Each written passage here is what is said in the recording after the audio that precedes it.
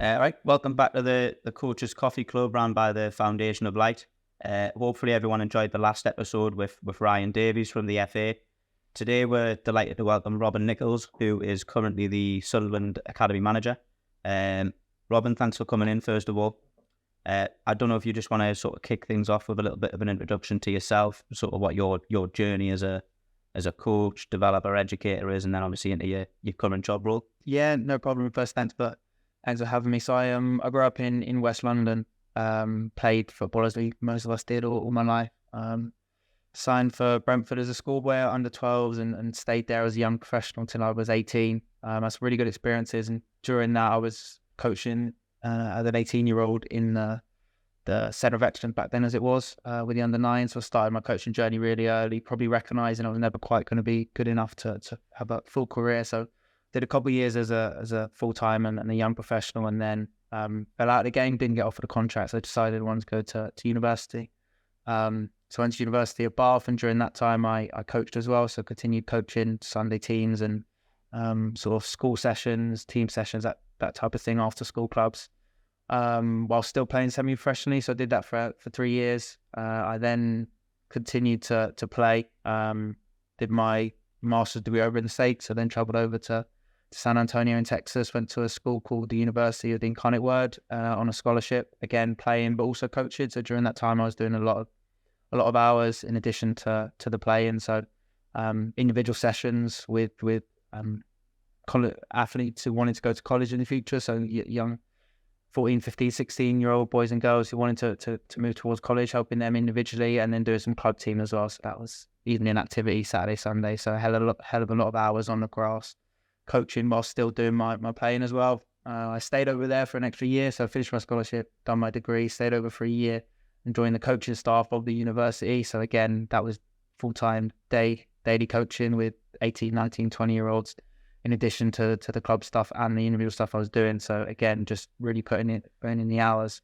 After a year, visas, etc., took their toll. Couldn't stay out there, so then we came back. Myself, my wife and I joined me over there at that point, but we came back here. I started just working regular jobs, waiting room for a little bit, that kind of stuff, before having the chance to join Southampton. So I joined Southampton Football Club in 2015, I think, as their London area coordinator. So that was a full-time role, overseeing our development centre in London. So we would train 3 times a week, games on a weekend, equivalent sort of a Cat 2 academy. So again, sort of running that as a mini academy manager, but doing a hell of a lot of coaching as well. I was also the assistant coach for the 14s at the main academy. So that was a lot of travelling down to Southampton to coach and oversee the London Centre as well at the same time. So I did a bit of a dual role for a couple of years before moving down to the main academy as in the operations role, and then a head of phase. So I oversaw the youth development phase. So that was when my real academy coaching journey began, really. I was doing a bit with the assistant coach. I went a bit more full-time after that, down at the academy. Stayed at Southampton for 7 years in various roles, coaching and ops stuff. Eventually became the assistant academy manager, and then last December decided to make the move up here. So I haven't really been coaching since I've come up here. It's more overseeing the academy, strategic direction, just making sure the day-to-day running of the academy is how we see fit and how the owners and Christian and everyone else want the academy to run, really. So that's my journey in a nutshell. Really interesting just listening to the broad experiences that you've had, but obviously got involved in coaching really early, which I think a lot of the people who listen to watch the pod will probably pick up on. What skills do you think you developed through coaching that have helped you, I suppose, your career development as well? Good question. I think that the main one is definitely the communication piece, like being so young and trying to communicate with athletes who, yes, I did some young kids. So that's a skill in itself, trying to communicate with young people, but also when you're coaching players who are only a couple of years younger than yourself, it's a different skill in able to be able to relate to them and help them understand the game and help improve them. So definitely I would say communication, like coaching for so long. It's been 10, 11, 12 years now for me. That's a long time in that coaching journey. The communication is a big skill, I think, that taught me, especially going into it so young as a 16, 17, 18-year-old young person. You're not overly confident. I wasn't sure of myself at that time, but being thrown into those situations where I'm having to coach 8 and 9-year-olds, and like I said, also players who are similar to my age, you're forced to learn the skill of being able to relate and cope with people. I suppose the second part of that question would be, I think the hidden thing behind coaching is, and again, just thinking of a lot of the coaches that the sort of we've engaged with since we've released the pod, work in like grassroots environments. So obviously there's that face-to-face with the players and enjoying that part of it. But what about the parents and dealing with that side of things? You know, what's the key learning that you've maybe taken from that side of things? I think another really good question. Even in my role now, parents make up such a big part of a young person's journey, so it's really important to understand their role in it. But I think my main takeaway from that, Jay, would be just to try and understand and empathise with where they are. So parents will see things very differently. So in terms of the academy at the moment, I see 90% of the player's journey because I'm there at the sessions. I see our player audits that sit behind. I see the coaching program that's delivered to them. I see the analysis. I see absolutely everything of the player's journey, whereas the parents might only see 10, 15% of that. They see the match day. They might see a bit of training if they decide to watch, and they see some clips on Huddle. That's it. So I have this broad view of the whole journey. They have such a small lens. So try and put myself in their shoes and actually consider, okay, if I could only see 15%, how would I feel? What would I think? What would I think of my coaches if I only see them on a match day? Or what would I think of those Huddle clips if I only see 5 minutes of the game rather than the full game? So I think the skill that journey taught me was to really try and put myself in their shoes and rather feel like I have all the answers, just try and understand what they're asking and what they want to get from it and try and deliver to them that way. Do you think that could be quite challenging for coaches or people who obviously deal with the parents as well? Because I think quite often you can become quite emotionally involved in the conversations, whether it's relating to a young player or a player coach or someone's child. Like, so how do you approach those conversations to make it where you take the emotion out of it? Like, how would you do that, or what advice would you give to someone who maybe has to have those conversations? That's correct, Jay. It's a very difficult skill.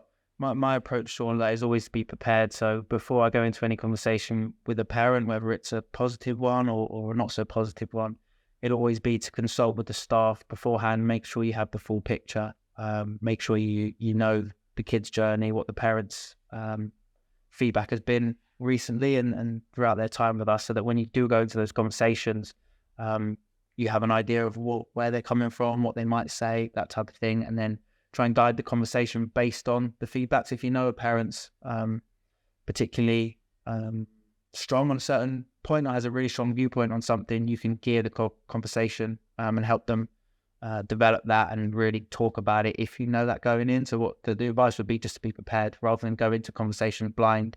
I always go in having known the kid's journey, the player's journey, their viewpoint, consult as many of the staff as you can, or anyone who's around the kid before going into conversation, just to make sure you can help and understand where they're coming from. That'd be the advice I'd give.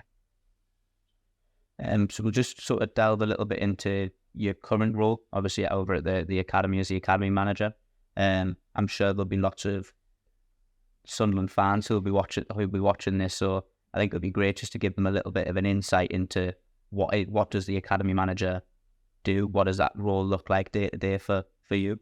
Yeah, happy to. It's a great question. No day's the same. I'm sure a lot of people's roles are like that, but I'm actually responsible for everything that happens in the academy. So whether that's the coaching, the match days, the sports science, medical, etc., anything that goes on in the academy, I'm responsible for. Now we have some really good staff who deliver it, and we had heads of domain who share some responsibilities in those space.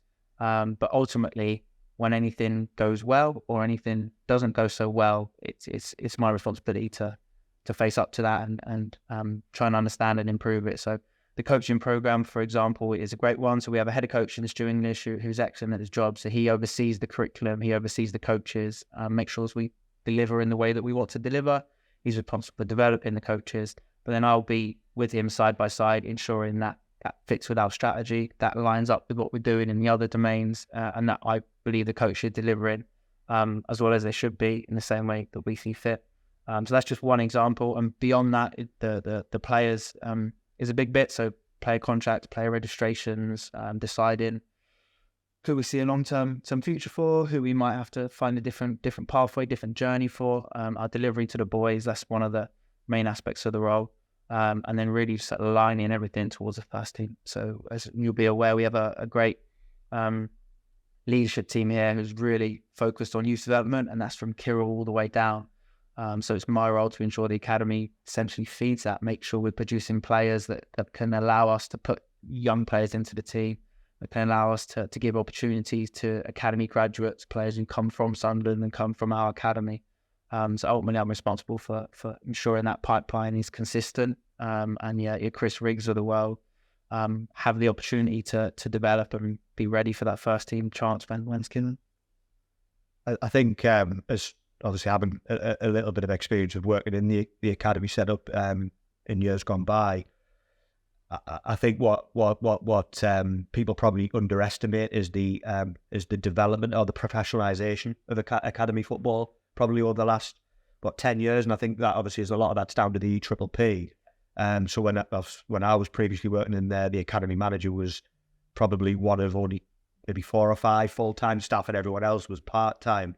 So I suppose with the EPPP, could you give a bit of an overview of what the EPPP is, and then I suppose what the major impacts that's had on the world of academy football? Yeah, of course. I guess just picking on the first point, Jay, in terms of staff numbers, we're up in the academy now between 35 and 40, so you can even see the growth from what said there. But in terms of the EPPP, so EPPP categorises academies across the country. So obviously 92 professional league clubs in the country from Premier League to League 2. Of those 92, is 4 categories you can have. Category 1 being the highest, and in order to be a Category 1 academy, you have to satisfy a number of different criteria. So, for example, you have to have an indoor training space, you have to have a floodlit pitch, you have to have certain staff members in place as well. So, for example, you have to have a full-time player care employee, you have to have a full-time psychologist, you have to have, I think it's 4 S&C staff, and you get the picture. You have to satisfy certain criteria, both staffing and the way you deliver and the facilities that you've got.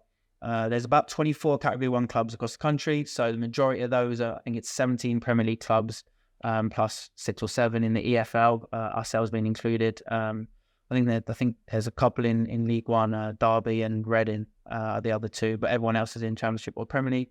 So out of those 24 Cat 1 clubs, those are essentially what the Premier League have deemed as the premium academies in the country. So they're the ones that can deliver the best programme in Premier League's eyes to the young players. They're the ones that have the higher ability to deliver the programme. So they're allowed to do certain things that other categories aren't. For example, we as a Cat 1 academy, we can recruit nationally from under 14. So if we want to bring an under 14 player to our club, we can do that nationally, whereas Category 2 and 3s can only do it from within an hour and a half in their training ground, if that makes sense.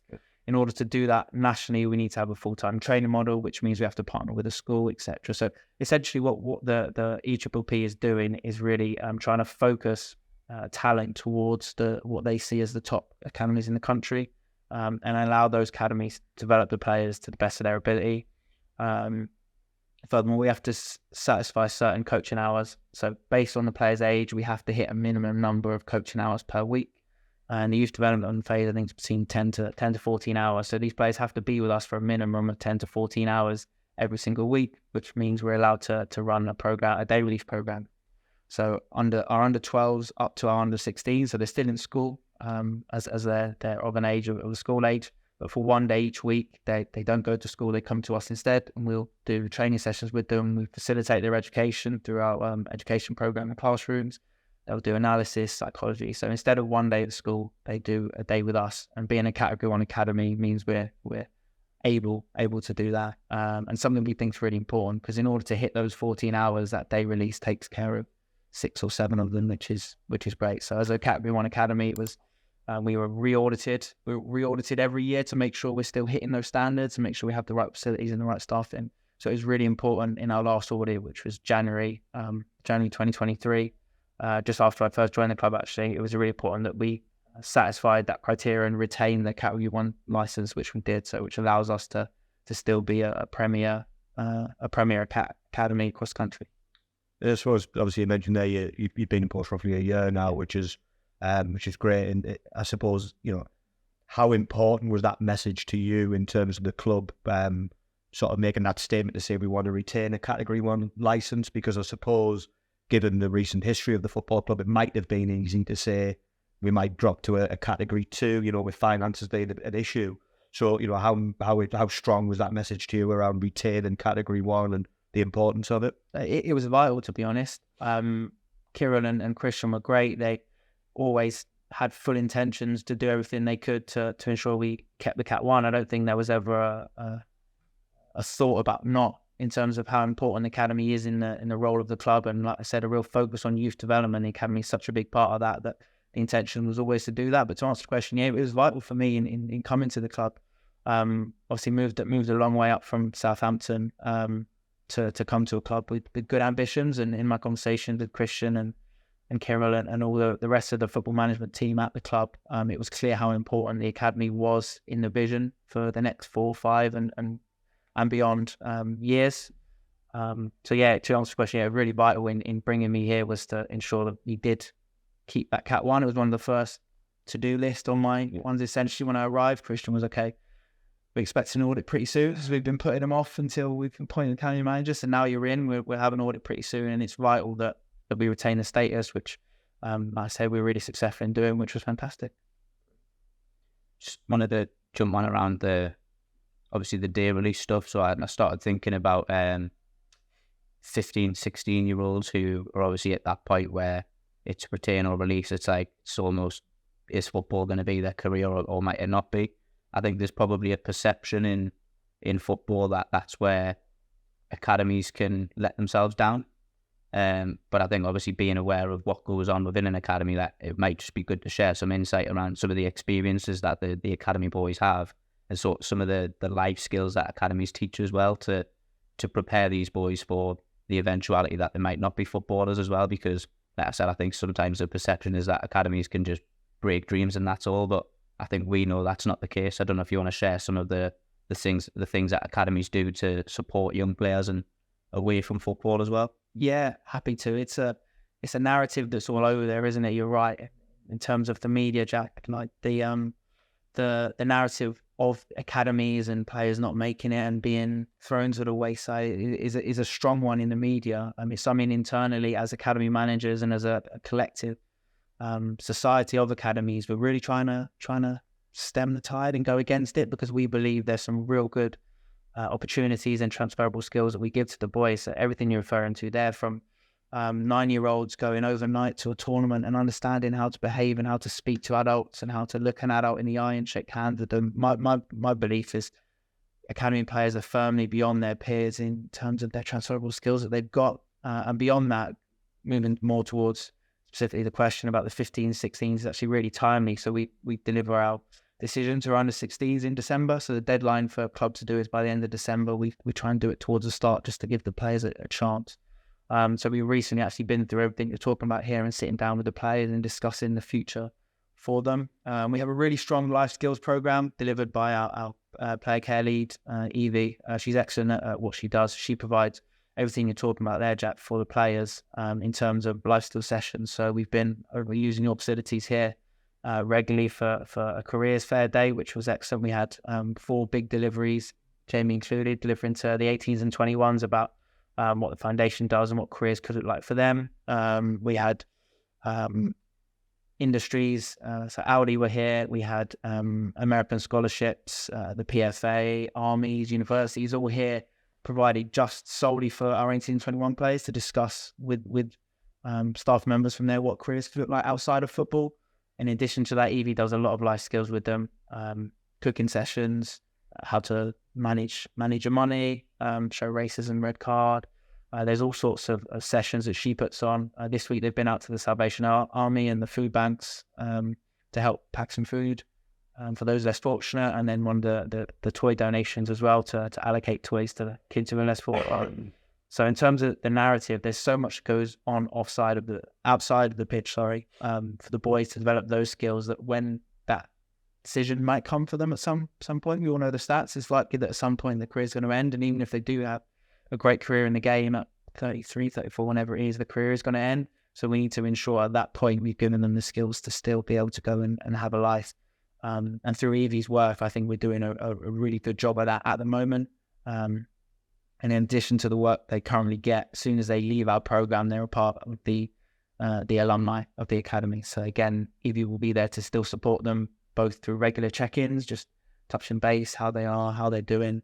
They're also part of the PFA, the Professional Football Association, which will help them fund any courses they want to do. So coaching courses, PT courses, etc. They'll get some assistance in terms of making sure they can get a career away from the game as well. So there's a lot of work that's going on in that space. I've thrown a lot of stuff in there, but there is a lot of work that goes on, and we're really, as I said, as an academy society, trying to change that narrative.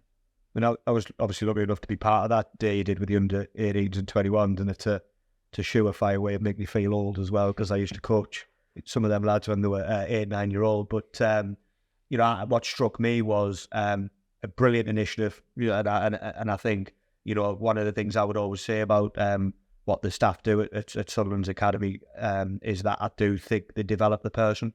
I think the football comes, of course, but I think like you mentioned, the ability to shake hands, make eye contact, have a conversation with adults, I think is something that maybe isn't quite we don't see it as often in maybe our day-to-day work, and a lot of our work is around confidence building and such like.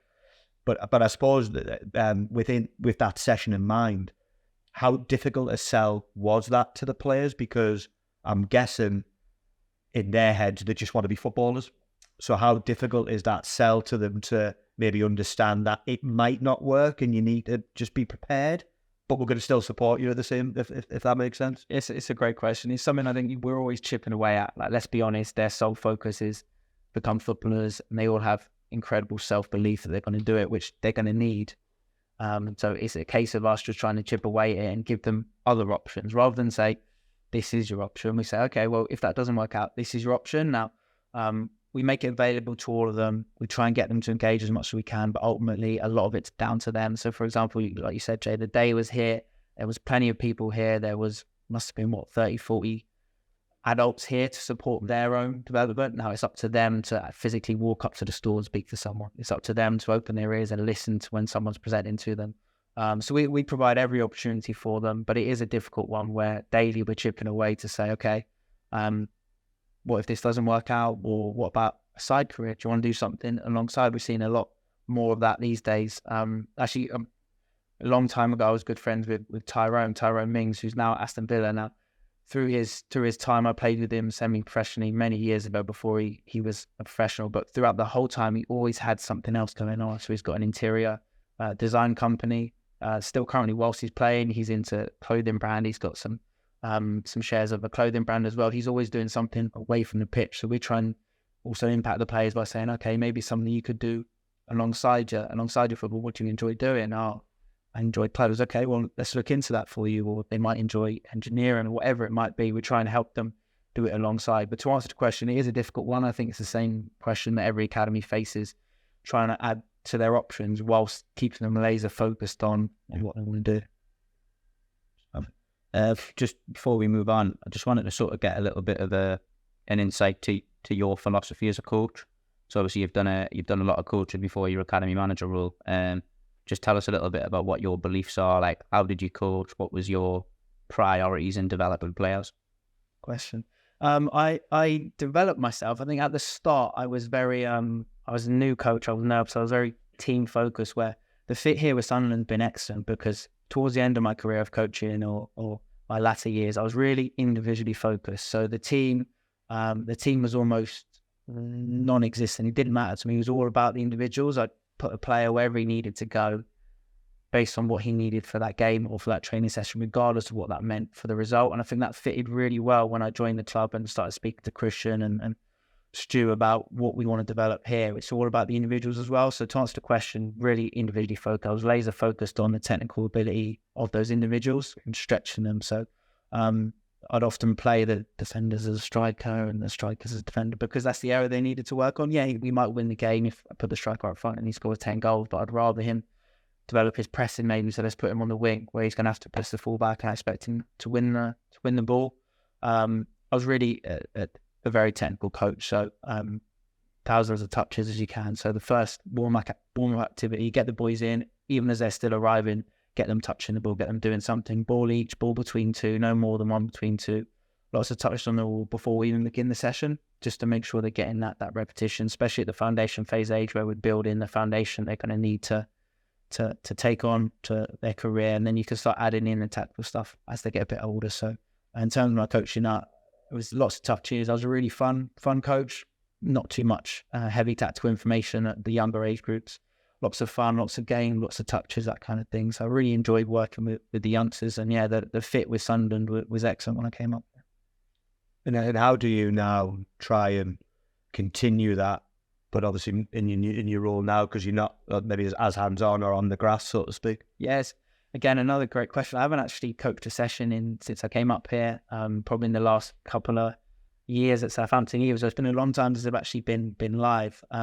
Trying to live vicariously through the coaches. I go and watch the sessions as often as I can, and I'm there at a lot of the games as well. So I enjoy watching the other coaches and trying to help them, just give them some understanding. Every coach's got their own personality and they deliver in their own way, and it's something we ask them to do as an academy. We have a curriculum and topics, but we would never tell them, put on this session in this way with these cones in this place. If that makes sense. Yeah. We let them interpret the way the curriculum should be delivered in their style. So I often go out and live vicariously through them, really. Watch a session, enjoy watching the boys. I might jump in with a coaching point here or there with one or two of the boys during the session. So I'll probably get my fix that way. Yeah. But nothing that really has me lead any sessions anymore.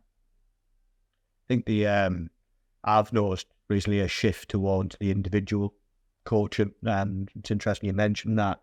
And I think myself probably included, when you first hear it, you think it's a lot. Like I've got to tend, if I've got 12, 15 players in my group, I've got to think about the individual as well as obviously look after the group environment. What was your approach to that? Without putting too much pressure on yourself, how did you make sure that the individuals were getting what they needed from you? It's a very difficult thing to do. It's in my opinion, it's all about the planning. So if you've got your age group, the 10 to 12 players, like you're saying, as long as you know what those 10 to 12 players at ILPs are, so individual learning plan, each player's got 2 or 3 points on their individual learning plan. Now, one of them might be a strength, 2 of them might be area development. It could be as simple as develop my non-dominant foot, or it could be as complex as pressing from the right-hand side when the ball's inverted. Do you know what I mean? That kind of thing. So it's really, the first step is knowing your 12 players, knowing exactly what they're working on, knowing how they need to improve, and then trying to build a session around that. So you might say, okay, well, a really simple one, your right back need to work on his tolerance. Nice and simple. He's really young, can't throw the ball. But okay, so instead of starting the practice from a goalkeeper or I start it as a coach, we'll start it from the right-hand side with him taking a throw on. It's nice and simple. It's an easy analogy for me to give. That's the simplest form. So you're getting what he needs. You're still starting the practice as you would really anyway, because the ball starts, but he's getting to practice throwing. You then might have him throw it into a midfielder who needs to work on his turn-in. So the first set of your practice starts with a throw-in from the right back to the midfielder who has to turn, play, and then you're live. So you're hitting those 2 immediately, so it's 2 done already. Now you've got to think about the other 10, and it's about trying to plan the session and being really planned on those ILPs and make sure trying to hit all of them. A good way I always found was you focus on 3 or 4 players for that section of the session. So your first practice, I'm going to hit these 3 or 4. Then we're going to transition into a second practice that's going to hit another 3 or 4. And then by the end of it, you hope to have hit all of them as well as your key thing. But it's a very difficult thing to do. What I will say is use your co-coaches as well. Remember, you've got another person next to you who can focus on another 4 players. So between the 2 of you, you could hopefully hit 8 players, if that makes sense, in one practice, because manageable. 4 is manageable. So between the 2, you can do the 8 in the first practice. Then you move on, you switch, and hopefully it's all done. But it's a very difficult thing, and it's something we're trying to upskill the coaches on, Stu and I, and we're by no means experts or perfect at it either. So it's a very, very difficult thing to do. But we believe it's the only way they're actually going to come out the end of the journey, because at the end of the day, personally, we're not judged on results. Yes, it's great if our 21s and 18s win and do well, but ultimately, if we're not putting any players in the first team, that's what we're judged on. So we believe the individual nature is far greater than team aspect. So win is important, but never at the expense of the development. Last question before we go on to our quick fire questions. what does success look like for you in your role at the academy now? Great question. So in terms of success, it's simply supplying the first team with academy graduates and seeing players play for our first team from our academy. So Dan, Neil and Power are great examples of recent history and some great work that's gone on in the recent times at the club. But your Chris Rigg, your Tommy Watsons and those who recently made debuts as well. Success is getting them into the first team. And like I said, our 21s and 18s position in the league is almost, it's not important at all to us. It's all about trying to impact the first team and beyond. I mean, we wind in a little bit more. Your Hendersons, your Pickford, those who've gone on to perhaps outgrow the club at that time. So we hope Sunderland will be one of the biggest clubs in the next few years. But those players moved on, and we hope to produce players who go on to play for England. So success looks like having a team that performs out there at the stadium that's heavily influenced by academy graduates, whether that's 4 or 5 starting the game, 1 or 2 coming on. That would be real success for us in the next few years. And I suppose that I think we've all seen the success recently of young players from the club going and playing with the first team, and I think that probably excites fans more than a lot of things. How important is that as a selling or a recruitment tool for you? Because obviously we've got 2 other big clubs in the area who are Category 1 academies, and I guess it's really competitive when it comes to player recruitment, particularly the local players. So how important is that pathway into the first team for you at the minute? It's essential. It's one of the three areas. So we believe our academy is different from any other in the country for 3 main areas. The individual nature that I talked about, the individual importance we place on the individuals rather than the team, the environment that we create both here at the Beacon, the stadium and the training ground, all 3, the environment for the young players, essentially having a Premier League level football club operating the Championship, that environment. And then finally the pathway and the opportunity is essential for us in recruiting players. We're the 9th most productive academy in the country over the last 3 years. So each year the EFL and the Premier League send out the rankings, and that's based on players who transitioned into the first team here, but other clubs as well. So players who've moved on and get professional careers either in the English pyramid or in the top 5 leagues. We're the 9th most productive. So it's a real selling point for us, and it's really important in our recruitment for not only young players at the foundation age, but also when we're looking to add players at 16, 17, 18, 19. It's a real selling point that we have is the fact that we can say there's going to be opportunities for you here. There's live examples of it. It's a tangible pathway towards the first team. I've got one last question if I can, because I'm interested in this in terms of, because I think it's a good example of how the club have potentially put the individual first. So I think there was a really good interview with Mike Dodds, I think, in the build-up to the recent games around Chris Rigg dropping back down to play with the under-18s. How involved with you would you have been in that decision? And how important is it that he did that? Because I think some might say that as a backward step, or he's not ready. But obviously, we know that's I think I know that's not the case. Yeah. But I suppose just how involved were you, and what was, I suppose, the rationale behind that? So it's a really good question. So I guess 2 parts. The one with Riggy, it's important to control the narrative around Riggy, because like you said there, Jay, it can often be seen, or it might be interpreted that he's taken a step back, but it's really not. The kid needs minutes. So Riggy's a 16-year-old who just left school, essentially. He's been thrown into a first-team environment where he's learning, developing every day. But minutes are hard to come by in the Championship. They're hard to come by for seasoned professionals, let alone a kid who was at school just 3 or 4 months ago. So it's imperative that we get his program right. And we felt recently we perhaps hadn't been doing that in terms of match minutes. So yes, he come on for the first team quite regularly. He's played some games in 21s, but in terms of getting full 90 minutes games that really help him to build his stamina, build his level, actually get a rhythm of the game, start impacting game and match and fixture performances. We as a group felt he needed those minutes, so he played 90 minutes against Man City last Friday. We'll play another game this Thursday against Middlesbrough in the FA Youth Cup. All in readiness to move him back into the first team space. So it's not like he's been moved down, he's staying there. No, it's all in readiness for when he does get that opportunity to perform again. So the narrative is really important. And then the first question in terms of who makes those decisions, I mean, we would make them as a group. So myself, Doddsy, Prop, Mertz from a 21s perspective, and then Finn from an 18s perspective, with John Hewitson, who's an ILP coach who works a lot with 21. So as a group of 5 or 6, we would decide, okay, what does Riggy need this week? What does Tommy Watson need this week? All the way to some of the 18s. We have a team selection meeting on a Thursday where we all sit down, and Finn will run through what he thinks the 18 squad should look like for the weekend. John and Mertz will run through what they think the 21 should look like, and Jordan Moore currently will run through the 16s. So they propose their lineups, and then we just check and challenge each other. Okay, is that what that player needs? Does Riggy not need 90 minutes here? Or maybe Tommy needs 60 in this game. Does that make sense? So in terms of the decision making, it's a collective. We all sit together and make sure that's the right decision, and then we obviously take some direction from Christian as well, if he's got any input into that as well.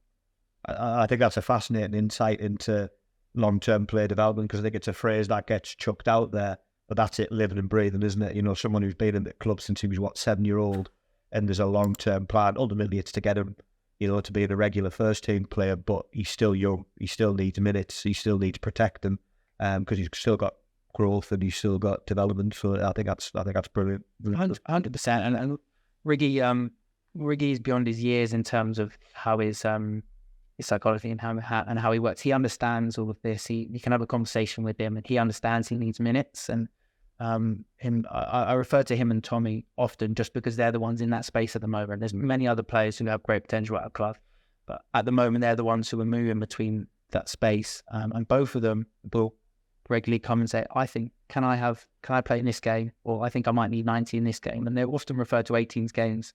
And they're really at the moment, they're between the 21s and the first team space, but they'll come and say, oh, can I play in this 18s game? I feel like I need some minutes, and we'll consider that and what's best for them. But in terms of just to add to the statement there, Jay, Riggy and Tommy as well, but Riggy mainly in terms of himself, he understands all of this. He understands why he's playing in the 18s for Friday, and he understands why he's in the Youth Cup game. And then he'll also understand when maybe there's a few weeks where he doesn't get any of those actions because he's needed in the first team. So he's a very mature young man. Great stuff. Just thanks for the insight. First of all, I don't think many people would be willing to share as probably much in terms of around individual players that you probably have. So hopefully the people listening have really enjoyed that so far. We're going to move into our Foul 5, which is effectively just 5 quick-fire questions. Okay. In the past, they haven't been quick-fire, so if you can keep it short and sharp, some of the people we've had on the podcast like to really stretch these answers out. But 5 quick-fire questions. So the first one is, as a coach, what's the best bit of advice you've received? Quick fire as well. Best bit of advice I received is probably just to try and empathize with the young people. So yes, I'm a coach. I've got these big ideas about my session, but how does it really look to a 9 or 10-year-old? And how I've got these cones all over the place, and I'm asking them to do things they probably can't. The best bit of advice I've ever was told was just strip it back and understand and empathize with the young people. What's the best bit of advice you would give to a new coach starting out? Probably that nothing can beat coaching hours. I referred to it a lot in my opening when you asked me to talk about my journey. Nothing can beat being on the pitch and just living, learning, making mistakes with no matter the group, whether it's an academy group, a grassroots group, or kids who've never played before, they're here for a holiday camp. Nothing can beat actually being on the grass and putting in the hard graft, putting in the hours, and then organically growing as a coach. So really just say yes to every opportunity. Every time you get a chance to coach a session, look at it as a chance to develop and just go and take it and do it. So, how important has a mentor been to you on your journey? Very, actually. So when I was, like I said, I was as 18 at Brentford as a young professional. There's not a lot of people who would have been coaching in the Centre of Excellence, but there was a gentleman named Barry Quinn who was in my role at the time. He was an academy manager at Brentford at the time, and I think he could see my career probably wasn't going to go how I wanted it to go. I was good, but I was never going to be a fully fledged professional. So he was the one who actually advised I got involved with the coaching. He helped me get a part-time job in the community area of the club where I was delivering in schools and doing a bit of teaching assistant as well. So he was really mentoring me before I even knew what a mentor was. I didn't understand at that age. I was just an 18-year-old kid. But he was really important. He started me on that coaching journey, which has led to getting me here. So, yeah, really important. Who's the best player you've coached? Oh, best player I've coached. That's a good question. Probably at the moment, Alex. So we had Alex Scott, Alex Scott or Ben White. So we had them both at Southampton, and essentially we released them both just to show how difficult it is. Now, obviously, Ben White's England and Arsenal, and Alex Scott is just moved to Bournemouth, hasn't he, from Bristol City. So both of those were exceptional players who had the chance to coach during my time at Southampton. So I enjoy coaching Alex the most. He was just a bit different. He's a bit of an enigma. You can tell by the way he played. He's very technical. He's really good on ball, really creative. So I really enjoyed working with him. He's probably the best.